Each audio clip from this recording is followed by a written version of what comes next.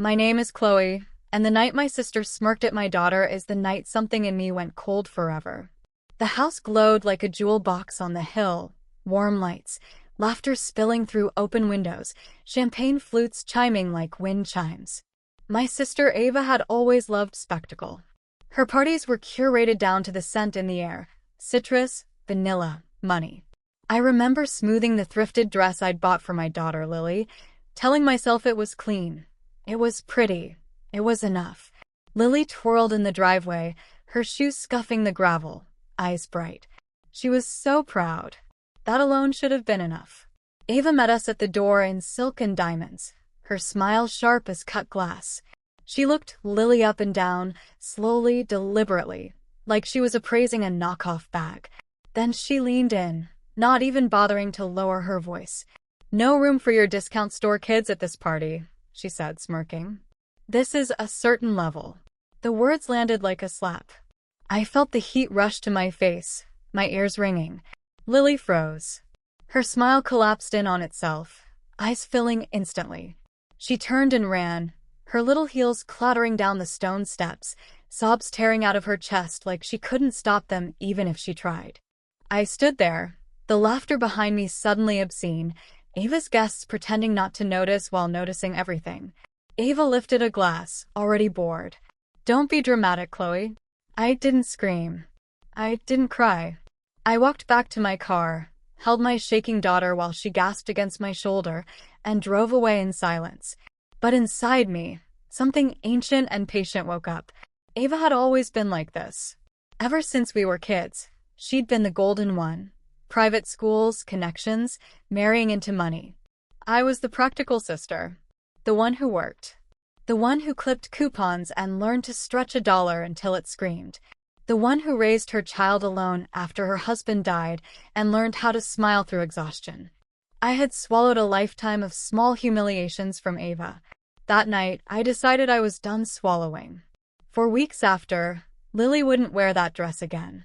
She stopped wanting to go to parties. She asked me in a small voice if her things were embarrassing. Each time she asked, my resolve hardened. Here's what Ava didn't know about me. I keep records. Years of them. When our parents died, Ava insisted I handle the boring paperwork. I did. Every receipt. Every transfer. Every quiet favor she asked me to just take care of. Ava trusted me because she thought I was harmless. She wasn't just cruel. She was careless. I spent late nights after Lily fell asleep, the glow of my laptop lighting the kitchen, coffee going cold beside me. I followed threads Ava never thought anyone would pull.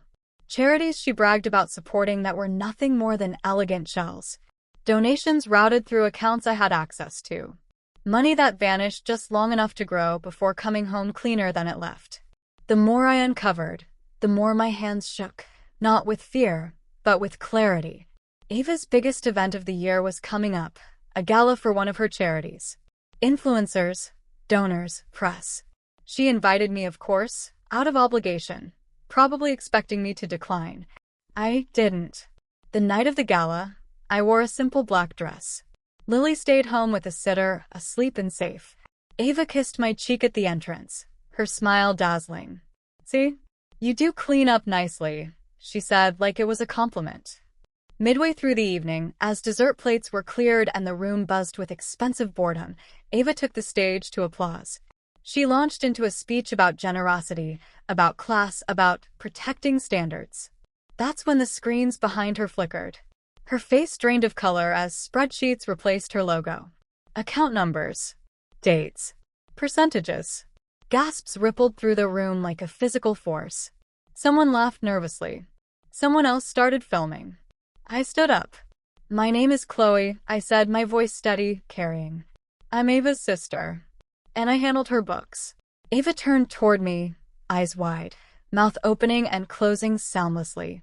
I didn't raise my voice. I didn't need to. Every dollar donated tonight deserves to know where it really goes. The documents on those screens are real. Audited. Verified. And already in the hands of the authorities.